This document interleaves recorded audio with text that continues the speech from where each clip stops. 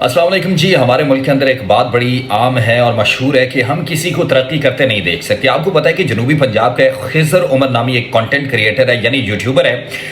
اس کے خلاف اس کی بھابھی نے یعنی کہ اس کے اور اس کے بھائی کے خلاف ایک مقدمہ درج کروایا جس کے اندر باقاعدہ طور پر اس کو نامزد کیا اور کہا ہے کہ مارا پیٹا ہے, سر پھاڑا ہے, اور مطلب کہ متعدد اس طرح کی دفاع جو ہے ہمارے جو پولیس اہلکار بھائی ہیں وہ اس طرح کے مشورے دیتے ہیں اپنے اس کیس کو, اس ایف آئی آر کو اسٹرانگ بنانے کے لیے.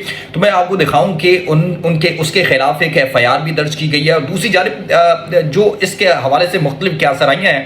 تو میں اس کیس کے حوالے سے, اس ایف آئی آر کے حوالے سے تھوڑا سا آپ کو اپڈیٹ کرنا چاہوں گا کہ جو خضر عمر ہیں اس کے بھائی, اس کی علیحدگی ہو چکی ہے اس کی بھابھی کے ساتھ. یعنی کہ خضر عمر کا بھائی اور شادی شدہ ہے اور اس کی جو بیگم تھی, سابقہ بیگم, ان کے درمیان علیحدگی ہو چکی ہے اور اس کے بعد ان کے بچے کی حوالگی کا معاملہ ہے جس کی بنا پر اس کی بھابھی نے یہ کیس کروایا اور اس نے کہا کہ مجھے مارا پیٹا اور مجھ پر تشدد کیا گیا ہے.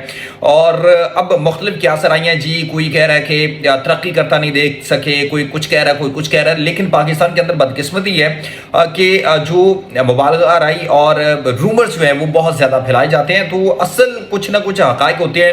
ظاہری سی بات ہے اگر علیحدگی ہوئی ہے تو بچے کا معاملہ ہے, اور ظاہری سی بات ہے اگر کچھ ایسی بات ہوئی ہوگی تو جس کی بنا پر یہ جو ایف آئی آر کاٹی گئی اور یہ ایف آئی آر درج ہوئی اور اس کے بعد باقاعدہ طور پر خضر جو ہے, آپ کو پتا ہے کہ خضر عمر جو ہے وہ کچھ اپنے ساتھیوں کے ساتھ مل کر مختلف کنٹینٹ وہ کریٹ کرتے ہیں. جیسے کہ اکثر میں نے بھی دیکھا ہے اس کو, وہ مستریوں والے کام کر رہے ہوتے ہیں اور متعدد. اور پیچھے ایک خبر بڑی زیر گردش تھی کہ خضر عمر جو ہے اس نے V8 گاڑی لی ہے. اللہ پاک اس کے لیے آسانیاں پیدا کرے اور اس کو مبارک اس چیز کی اس کے حق میں بہتر کرے.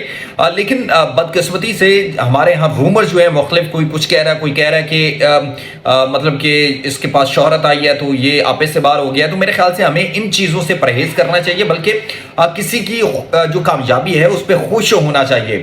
ہم اپنے ہمسائے ممالک کی باتیں کرتے ہیں, لوگوں کی باتیں کرتے ہیں, فلاں ملک کتنا آگے چلا گیا. بھائی ان کے ہاں ایک دوسرے کی ٹانگ کھینچنا نہیں ہے. میں اس کا خود مدعا ہوں, میں اس کی ویڈیوز دیکھتا ہوں, اس لیے میں نے سوچا کہ میں بھی یہ ویڈیو بنا دوں, کیونکہ مجھے بالکل نہیں پتا کہ معاملہ اصل حقائق کیا ہے. لیکن جتنی میرے پاس انفارمیشن آئی ہے اس کے مطابق یہ ہے کہ اصل میں یہ معاملہ جو ہے اس کی بھابھی کا ہے اور ان کے درمیان جو لڑائی جھگڑا چل رہا, علیحدگی ہوئی اور بچے کی حوالگی کا یہ کیس ہے.